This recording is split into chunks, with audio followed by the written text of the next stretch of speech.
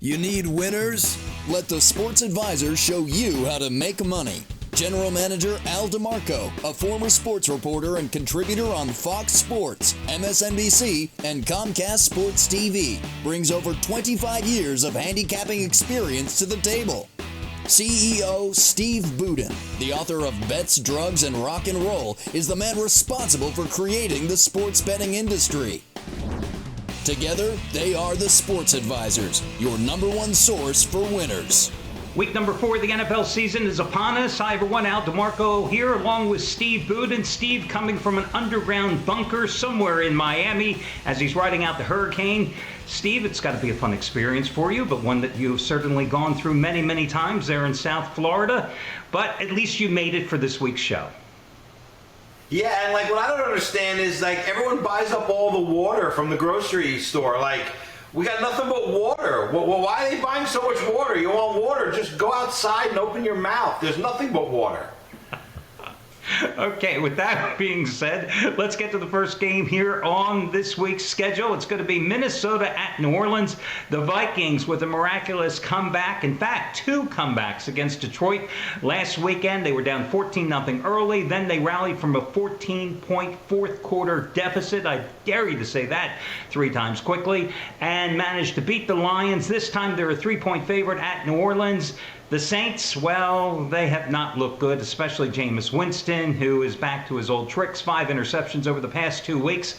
Can the Vikings get it done on the road? Because they certainly didn't in their road opener this year 2 Mondays ago at Philadelphia.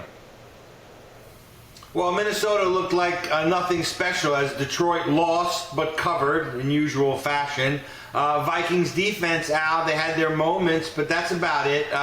So now the Vikings, they head to London to play the Saints, who got shut out through 3 quarters last week. Jameis Winston for the Saints versus Kirk Cousins for many. In football, Al, in many ways, it's still a game of quarterbacks, and Winston was probably told by his head coach this year to stay grounded. I think he misunderstood him because he's been sacked 11 times already this season. Kirk Cousins is worse and also tends to self-destruct. So I'm not betting on either quarterback. I'm betting on jet lag and the under here. Give me under the posted total.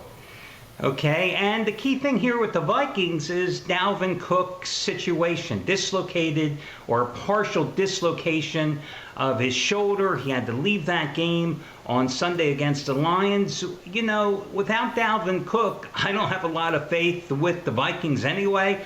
And to be honest with you, I wouldn't watch this game, let alone handicap it or bet it, so I could care less.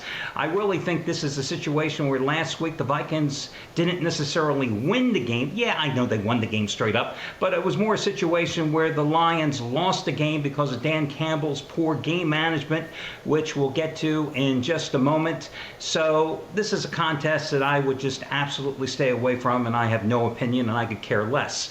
So there you go. That's a good way to start the program. Next game is going to be Indianapolis -3 against Tennessee. Steve, this is another situation. I know the Colts finally earned their first win. It was an ugly win. A win is a win. You don't care if it's ugly or pretty.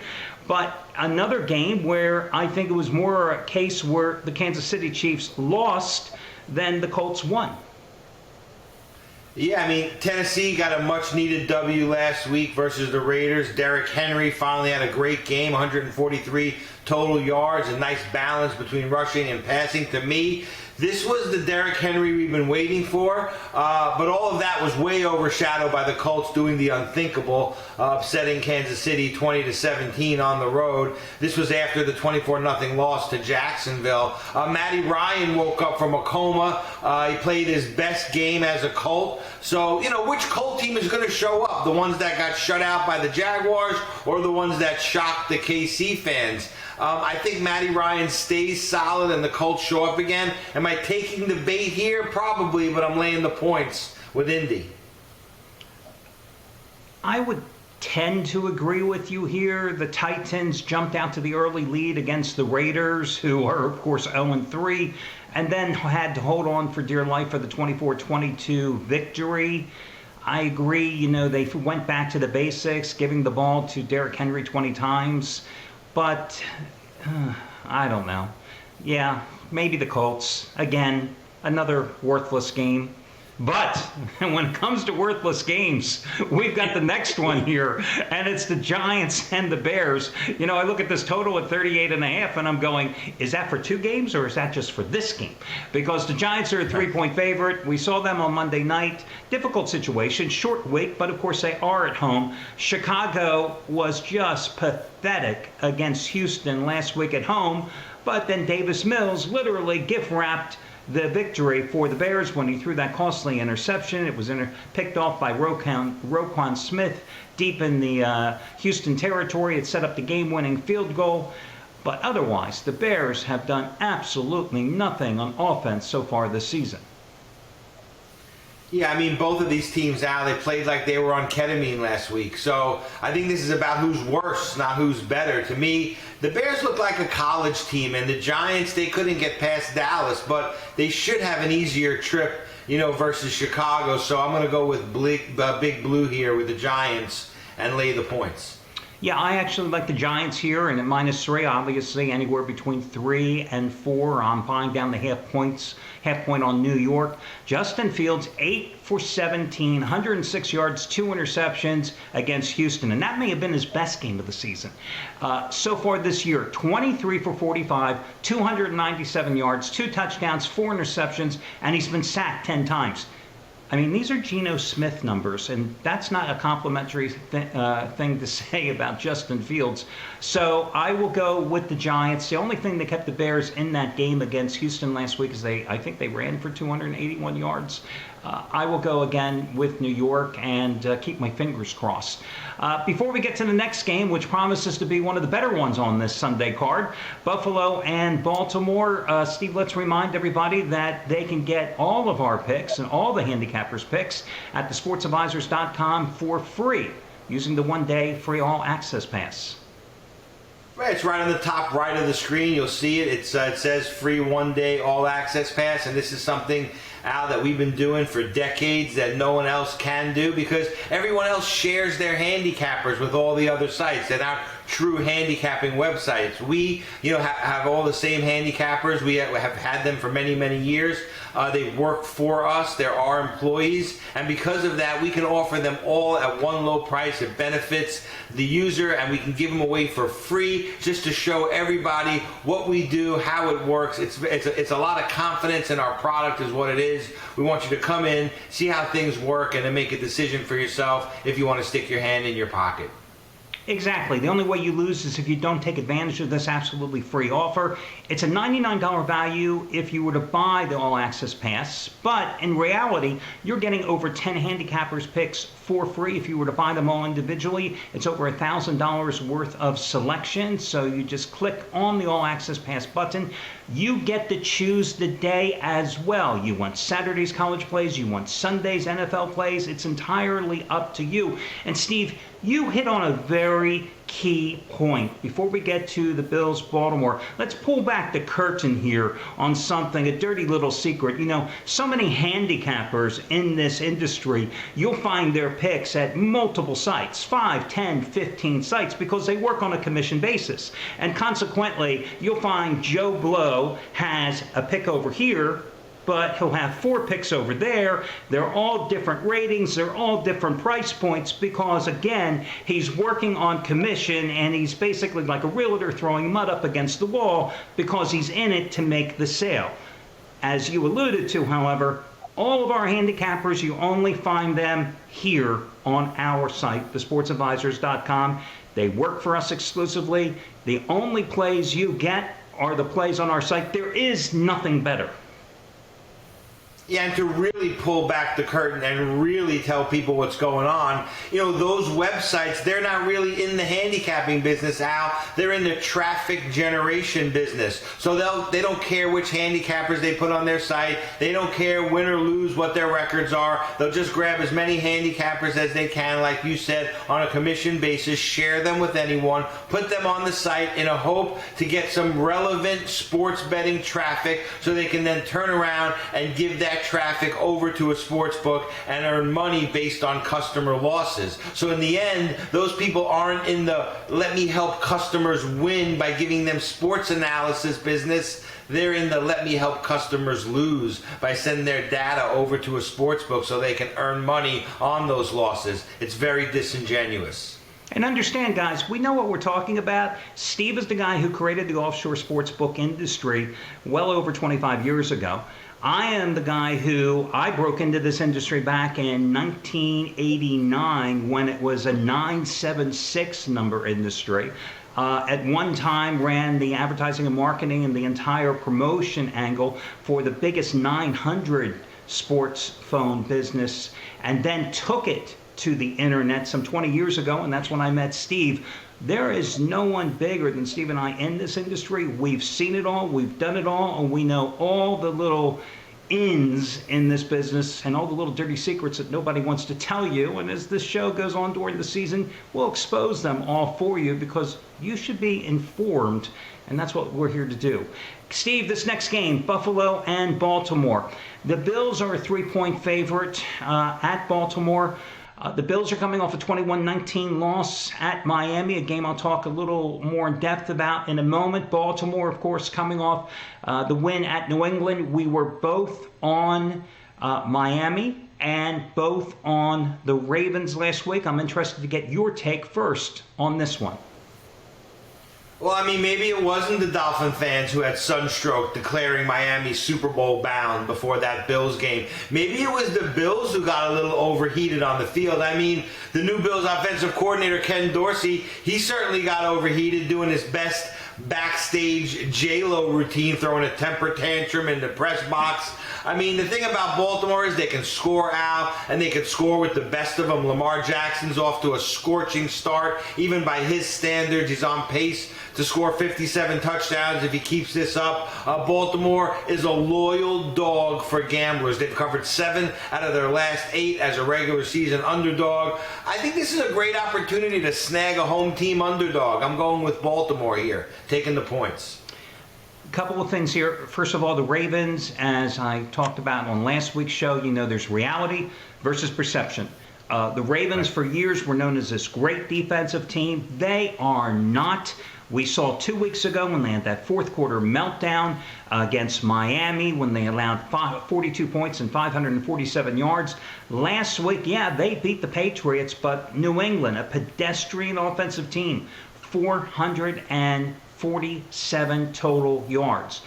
The other thing is, going back to the Buffalo-Miami game, I pointed out in last week's show that before betting that game, and of course we record these shows on Wednesday, as we are doing this week as well, the Bills, you had to be worried going into the Miami game because they were going to be without at least 5 defensive starters.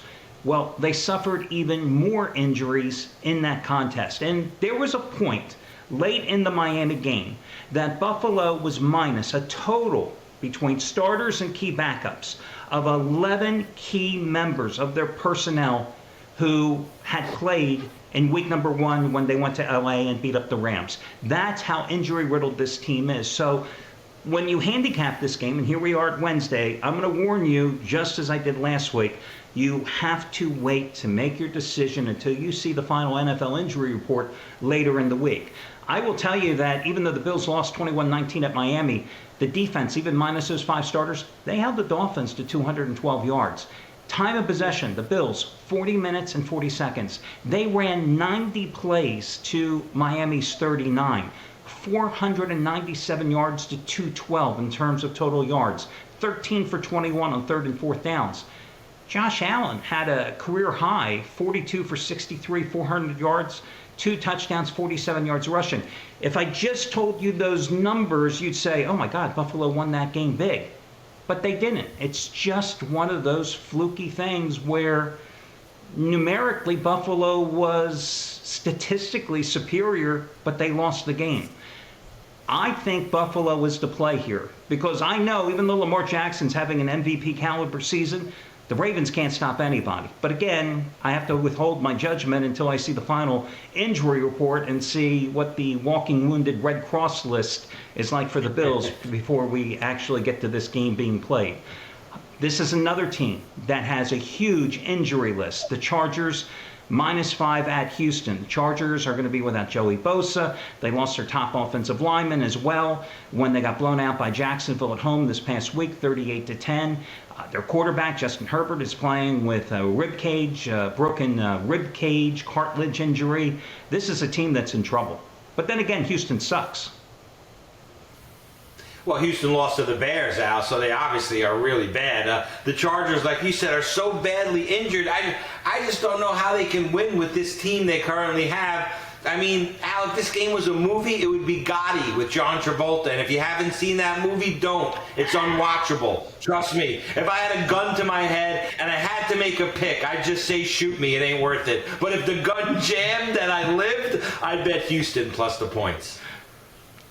You know, at first, I thought you said Gandhi, the Ben Kingsley Oscar-winning performance movie, and I thought you were making a joke. It's like Gandhi and John Travolta. Boy, you really are going out on a limb. But now you're talking about Gotti, which was a horrible movie. But you know, really, I mean, you could have said Gandhi with John Travolta because that's the travesty of this game. So, I mean, you're right on both counts in reality. By the way, the Chargers in that loss to Jacksonville, I mean, thoroughly dominated. They only had time of possession of 22 minutes. By the way, Keenan Allen may or may not be back for this game as well. And this is an unplayable, unwatchable, unbettable game. So I say skip it. Let's go to the Detroit game against Seattle. The Lions, a 4.5-point favorite at home against the Seahawks. Steve, I have a lot to say about Dan Campbell, but I will let you get on your high horse first because you've been a big Lions supporter throughout the season. Yeah, and I don't think this game is about Seattle, Al, although Will Smith packs a better punch than Geno Smith, I'll tell you that. I think it's about knowing that when Detroit is getting a bunch of points, mainly 5 or more, they always cover the number. So can you trust the Lions as a favorite? And normally I'd say no, but against Geno and the boys, yes. I'd go with Detroit here and lay the points. Dan Campbell's game management, I thought, cost the Lions against the Vikings. You know, he has this gambler's mentality where he's always going for it. I mean, my God, against Minnesota, he went for it on 4th down 6 times. That is fine and dandy, but when you're trying a 54-yard field goal with 1:14 to play, when your team is driving, you know, his decision-making, which is full of bravado, blah, blah, blah, blah, blah, that's nice when you're trying to earn your first win of the season, but there comes a point where you've got to dial it back. And I thought Campbell cost his team last week against Minnesota. Now, I think this, though, however, is a great spot to back the Lions because, again, Seattle is a bad team. And also, we've seen how potent the Lions' passing attack is. Seattle was missing 3 of its top cornerbacks last week in that 27-23 home loss to Atlanta. We noted that the Falcons were playing better. We both liked the Falcons last week, but you lost to the Falcons at home. And again, you have Geno Smith, and I think that anytime you can go against Geno Smith, it's a wise betting decision. I was surprised, Steve, at the cheap price here. Detroit only 4.5. It opened at 5.5. It's down to 4.5. I thought the Lions would be at least 6.5 in this game. Are you surprised at the discounted price here on Detroit? I'm not, Al. I just think the public is not used to seeing Detroit as a favorite. So anytime that they do, it's going to seem like a lot, even though it isn't, right? So I think this is one of those opportunities where public perception makes the line, not the odds makers trying to accurately depict the final score. It's a big mistake that gamblers make all the time, thinking that that line is meant to be an accurate, telltale of what the score is going to turn out to be. It's just supposed to be a mirror of public perception, and public perception has not caught up to the fact that the Lions deserve to be a favorite sometimes. This is one of those times, but we're not seeing them as a big favorite, so I think it makes an opportunity for value. Next up, a candidate for the Who Cares game of the week as far as I'm concerned, Pittsburgh hosting the Jets. The good news for the Steelers, they've had extra time to prepare since that Thursday night loss to the Browns. The bad news is Mike Tomlin, for some unfathomable reasons, still insists that Mitch Trubisky is a starting quarterback. For the Jets, they came back to earth after that shocking upset win and comeback fashion in the final minute 51 at Cleveland. Were hammered at home by Cincinnati. But now, after Joe Flacco started the first 3 games, it looks like Zach Wilson is going to be making his first start. We, of course, again, are recording this on Wednesday. Who knows what will happen by kickoff? I don't give a damn who wins this game. Do you?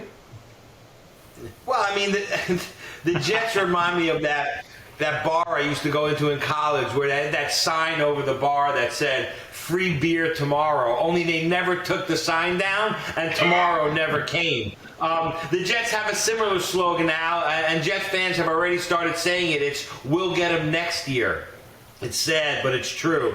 And next year never comes, just like that free beer that never comes. I don't care who the Jets quarterback is, because even Trubisky, who can't score more than 20 points a game, can beat the Jets. So I'll take the Steelers here. Okay, next one is going to be Philadelphia hosting Jacksonville. Now, this game has a lot of promise, and I don't think anybody thought so at the start of the season, but the Eagles' offense has looked dynamic. This is the return of Doug Peterson to Philadelphia, of course, guided the Eagles to the Super Bowl in 2017. Jacksonville, 2 straight wins, 6.5-point line. I'll let you go first on this one. Well, the Eagles are flying high, Al, 3-0 start. And I look at this game, and the first thing that comes to mind is this would be a great game for a teaser. You know, Philly knocking down the 6.5 points to right around pick 'em. And when I see a game like that, I always say to myself, well, if I'm scared to lay the 6.5 and I'm looking to put them in a teaser, maybe I should consider betting the other side. I mean, this Jaguar team is nothing short of impressive this season on both sides of the ball. Am I drinking the Jacksonville Kool-Aid? I probably am, but I'm going to take the points here with Jacksonville. It's an interesting game. You know, last week I shied away from taking Philadelphia at Washington because I was a little concerned coming off a short week on the road after Minnesota. Gee, did I have any need to be worried after they dominated Washington?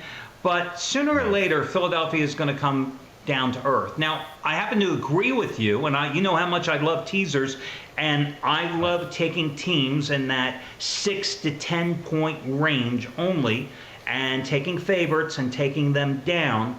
And yet, when I look at Philadelphia in a teaser possibility, I can't find anybody else that I'd be willing to tease them with. So this is a game, as a lifelong Philadelphia Eagles fan, grew up in the Philadelphia area, went to college there, not a game that I'm particularly enthused about other than watching. I see that Eagles defense had 9 sacks last week against Washington. Right. And I'm telling you, that's a mirage. They had 3 sacks coming in. They had 29 sacks last year. That was more a byproduct of the Commanders having an absolutely lousy offensive line and Carson Wentz taking 7 and 9 step dropbacks. Jacksonville is playing with a lot of confidence. A second straight win, 38-10 against the LA Chargers on the road. But granted, the Chargers were an injury-riddled team. Trevor Lawrence is playing well. Just a game I think Philadelphia is to play, but not one that I'm particularly enthused about. This next one, though, I do like. Dallas -3 versus Washington. Cowboys short week, but they're coming back at home. It wasn't a great game, but they got the job done again with Cooper Rush. Second straight win. Of course, the previous one, they upset the Bengals at home. And now they're back at home hosting a Commanders team, which has shown me nothing this season. Yeah, I mean, what a great matchup if this was the 70s or the 80s. Meanwhile, the Cowboys showing life under the leadership of Cooper Rush. Carson Wentz, on the other hand, for Washington, not so much.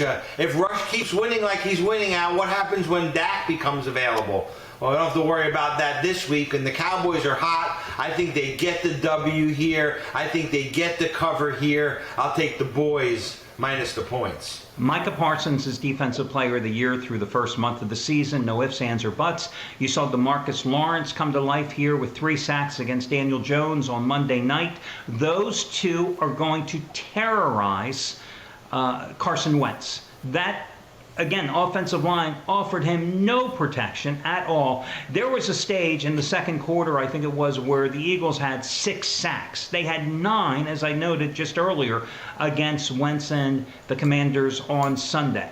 If you can't keep Philadelphia off of you, you're not going to keep Micah Parsons and DeMarcus Lawrence off of you either. Washington has shown no ability to run the ball successfully with Antonio Gibson. I think that this is going to be Dallas teeing off. I think this is a dirt cheap price. I don't understand this line whatsoever. I think Dallas should be 6.5, 7 in here. Love Dallas in this spot. Cleveland, -2 at Atlanta. The big news here is whether or not Myles Garrett, who was in an accident, flipped his Porsche, suffered a shoulder sprain, some lacerations, whether he's going to be available for Cleveland in this spot. Yeah, and the Browns, Al, they remind me of that message on the side view mirror of my car. Defense appears better than they really are. They played Baker Mayfield, Joe Flacco, Mitch Trubisky. That doesn't mean much to me. However, the Atlanta defense, I think they discovered a pass rush. We saw it in the fourth quarter last week as they really got after Geno Smith in Seattle. Falcons are now 3-0 versus the line. Do they go 4-0 versus the line? I think they do. Falcons get the win and cover. I don't know. I don't know which way to go here. I don't know. The Falcons came back. They were buried early against the Rams in the first game of that road trip, then had the big comeback to make it look competitive. And beating Seattle, the Seahawks suck. What I do like about Cleveland is their dedication to the run game. I mean, Nick Chubb and Kareem Hunt, 35 for 160, 30 for 145, 33 for 187. That's the production they've turned in the first 3 weeks of the season. And I like the way Jacoby Brissett has played the last couple of weeks. 22 for 27, 229 against the Jets, 21 for 31, 220 last week against the Steelers. The Browns have the extra time, but again, I don't know if Myles Garrett is going to play, or if he does, how effective he's going to be. Clowney may come back for them after missing last week's game, so I lean a little toward Cleveland, but I still can't get out of my head that this Browns team collapsed in the fourth quarter at Carolina in week 1, collapsed at home against Joe Flacco and the Jets. That's the type of thing that gives you nightmares when you're thinking about putting good money on bad teams, and that to me is a stay away. And speaking of those Carolina Panthers, yes, they snapped that 9-game losing streak last week. You were on them. You like Carolina against New Orleans, and they delivered that 22-14 home win. Can they make it 2 in a row against the Arizona Cardinals, Steve? Well, they did get the win against the Saints, and I did say they would. You're right. The problem with the Cardinals, Al, is they can't score touchdowns. Try being successful in the NFL if you can't score touchdowns. They settled for 4 field goals last week in the red zone. Look, the Cardinals have been dominated in 5 of the first 6 halves that they've played so far this season. So, yes, I'm going to back the Panthers again at this one. Give me Carolina at home. Playing devil's advocate, the red flag, when I look at the takeaway that I had of the Panthers game, they were outgained by the Saints 426 to 293, but the Saints had 3 turnovers, including a fumble return for a touchdown. Arizona coming off that 20-12 home loss to the Rams. Kyler Murray put the ball up 58 times. 314 cheap yards, but like you said, 0 touchdowns. And their ground game, it's like Cliff Kingsbury has said, well, hell with it. We're not going to run the ball. The running backs combined for 19 carries and 62 yards. If you're not going to run the ball and you expect Kyler Murray just simply to do it all for you, that's not a balanced attack. And I like the way that Christian McCaffrey has produced back-to-back 100-yard games. So I'm with you. I lean toward Carolina here. They've got a little momentum. Momentum, though, is something that the Las Vegas Raiders are still searching for. It just shows you how little value there is in preseason games. Everybody was talking about the Raiders off to the great start in the preseason. They went 4-0. Josh McDaniels has his team trending in the right direction. And here they are, the only winless team in the NFL after 3 weeks. And they're looking to get off and finally win here. They're a 2-point favorite at home against Denver. And I think the Broncos set the NFL back at least 60 years with that 11-10 win against San Francisco on Sunday. Yeah, I mean, the Raiders 0-3 out, going nowhere fast. And talk about an undervalued preseason. The question is, are the Broncos finally ready offensively after they took the entire preseason off? There is no question that their defense is ready. For me, they went from mush back to crush. They're only allowing 12 points per game, getting big plays from every defensive position on the field. Look, there are many bad quarterbacks in the league. We've discussed a few of them today: Trubisky, Geno Smith. These guys will never get better. Russell Wilson is not on that list. I think this line is more overpriced than Penn and Teller. Give me Broncos plus the points. You know, sometimes I think gamblers, they look at final results of games and they don't, other than watching maybe ESPN and seeing some highlights, they don't realize how games got that way. And they see that the Raiders lost 24-22 at Tennessee and they go, hey, that was a close game. It was on the road, so the Raiders played well. Not the case. They were down 24-10 at halftime, and they were dominated for 3 quarters by Tennessee. And it was a comeback in the fourth quarter that made it a close game, but the Raiders 1 for 12 on third downs in that one. But then again, the Broncos against San Francisco, granted, the 49ers have a much better defense, 9 3-and-outs, and the 49ers sacked Russell Wilson 4 times. But the Raiders defense has produced nothing in terms of a pass rush. The Denver defense, like you said, 36 points and allowed in 3 games, but they played Seattle, Houston, and San Francisco, 3 teams with not much of an offense. I actually lean toward the Raiders in this spot, but again, not a game that I'm particularly enthused about. And I'll say the same thing about this one, too. Green Bay and New England. This game lost all of its appeal once Mac Jones suffered the high ankle sprain that's going to cost him a number of weeks for the Patriots in the loss to Baltimore last week, which means Brian Hoyer is going to be going for New England for the foreseeable future at quarterback. Yeah, I think I see a theme evolving with this week's games in you, Al. Not very enthused about them, not very many good games on the board, but I think that's what makes Sunday special compared to Thursday and Monday. You really only need to find 1 or 2 on a Sunday card. On a Thursday night or a Monday night with only 1 game on the card, it's like in order to get your action, sometimes you're forced to make a play on a game that you really don't want to. And I think you make a good point that if you don't like a game on Sunday, you do have the luxury of passing. And passing you should do, because you should only bet a game that screams bet me at you, which is something you've preached for many, many years. New England, Green Bay 9.5. Patriots going from bad to worse on offense, as I believe injuries are still playing a very big role with the Patriots' lack of success. And how about defensive genius Bill Belichick? Patriots gave up 4 touchdown passes plus 107 yards rushing and another TD on the ground to Baltimore quarterback Lamar Jackson. So now in comes Aaron Rodgers, just as good, at least in the air. And remember, the Pats haven't covered in their last 5 road games, so not a good road team for gamblers. I would lay the big wood here. Don't let the big line scare you. Pack wins big. You know what you just said? I always joke that I could be talking to somebody and they'll say, who do you like? And I could tell them, listen, God came down from high. He whispered in my ear, this is the lock of your life. You give them that team, and then they'll say, do you have another play? That's how gamblers look. That's how gamblers look at cards sometime. And you're right. We have always preached the surround and pound method, and you describe it best. Yeah, and I think that's the trick, because what bookmakers want, it's the reason now that they came out with live betting and they pushed prop betting, is because bookmakers have always wanted to turn sports gambling into a slot machine. They want you to bet as much as possible because they know from a mathematical standpoint and an odds perspective that the more games that you bet, the more chances are that the bookmakers clean up. The least amount of games that you bet, the more chances you have to win. And the surround and pound, for if you haven't heard us talk about it before, is you find the one game you love, and that's the one you hammer. End of story. Right. And on a Sunday card, you only need 1 game to win. Now, for me, this is not that game. I agree with you. I would go with the Packers. I was not that impressed with the Packers' 14-12 win in Tampa. I mean, the Buccaneers are just crippled offensively, but they're a good defensive team. Packers got the job done. They're playing with some confidence after the season opening loss.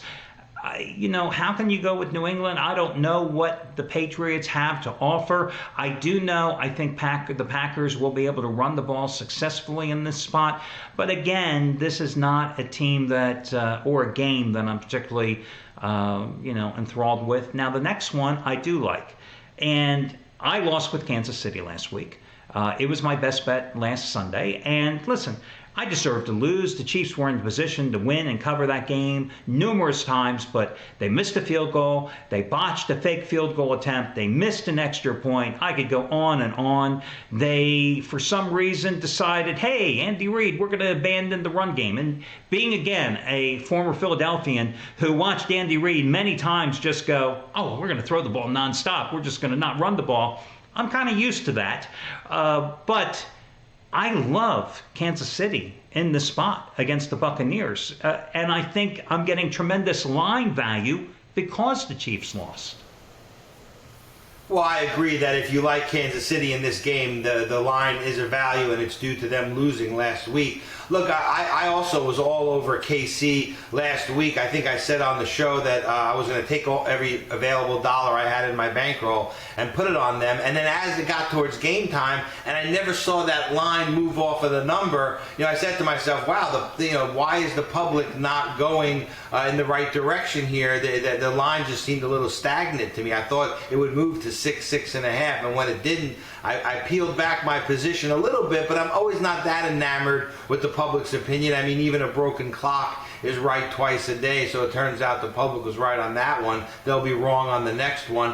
Look, at what point do you overcome your fear of betting against Patrick Mahomes? For me, it's only when I have a chance to take points with Brady at home, coming off a loss where he's 5-2 against the spread, last 7 after losing, and how's KC after a loss, Al? They're 2-4 against the spread in their last 6. KC even worse on the road, 5-9, last 14 away from home. And yes, stats are just stats, and they all go into the number, and everyone knows the stats before the lines come out. So do they really matter? Some will argue yes, some will argue no. Me and you both lean towards no, but Brady has also covered 5 straight as a dog, another stat. But look, this is another home team underdog that I feel is a good bet here.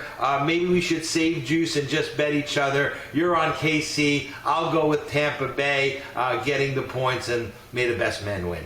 The Dogs have had their way the first 3 weeks of the season, but everything is cyclical. And I've been waiting for one of those weeks where the favorites just come back and have a 10-6 or a 11-5 week. And I think this is one of those weeks. I love Kansas City in this spot. Tampa has injury concerns along the offensive line. Of course, their wide receiver core is all banged up. And I think this is going to be a week where Andy Reid goes, hey, I've got a couple of quality running backs. I'm going to take some of the pressure off Patrick Mahomes. And I don't see Tampa Bay putting points on the board, because if you couldn't put points on the board against an average Green Bay defense at home, I don't see you doing it against Kansas City, because their defense has actually played well. They held Indianapolis to 259 yards. It's not bad. And when I look at the state of the Tampa Bay offense and compare it to the state of the Indianapolis offense, there's not a hell of a lot of difference at this point of the season because of the Buccaneers' injuries. So, again, I will go with Kansas City in this spot, and I love the price. I don't even have to, worry about a field goal costing me here. So, anyway, that wraps up this week's show. And, Steve, again, the one-day free all-access pass, everybody's opportunity to get all of our plays, and they can even pick the day to get them. Yeah, you come in back of the kitchen, see the way the baker makes the cake. No one else does it. Only we do it, Al, and it's sweet, trust me. That's why so many gamblers continue to come back after getting it for free and participate in that great value of being able to purchase an all-access pass for the price of one pick. You get every single handicapper's picks. We give it to you free off the bat. Nobody does it. Only we do it, and we know why. It's because we just want to show everybody how it works. And again, the only way you lose is if you don't take advantage of this absolutely free offer at thesportsadvisors.com. If you have not yet subscribed to the YouTube channel, do so you can always be alerted when our latest episodes, not only for the NFL show here with Steve, but also the college football show with Rick Torino. You can see that little button, click on it, and subscribe now. And for Steve Booten, I'm Al DeMarco, and we'll catch you next week right here with thesportsadvisors.com. Good luck, everybody.